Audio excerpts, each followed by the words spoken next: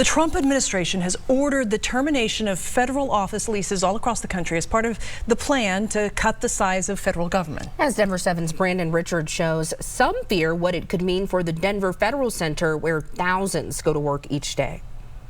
Well, right now, no indication that the Denver Federal Center here in Lakewood is in any jeopardy, but because more than 6,000 people work here, and there's been all this talk about reducing the size of the federal government and the federal workforce, it has a lot of people worried.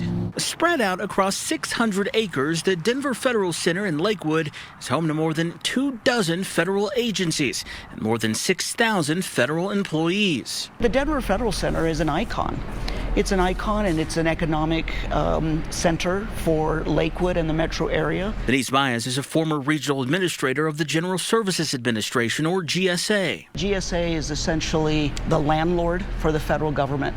GSA owns and/or operates all the federal buildings. The Department of Government Efficiency, headed by Elon Musk, has ordered the GSA to begin terminating leases on all 7,500 federal offices nationwide as it looks to cut government spending and dramatically shrink the size of the government workforce. It seems like basically a wrecking ball. It remains to be seen what impact the moves will have on the Denver Federal Center.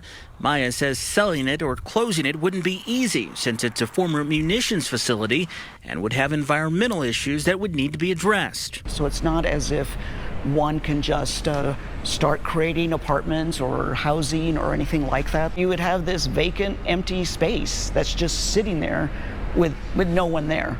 That just seems ludicrous. The mayor of Lakewood says the city has received no written definitive order or information about any actions being taken regarding any closure of the federal center, adding any desire for change should involve a prudent planned process that includes the input of local residents and representatives before any decision is made.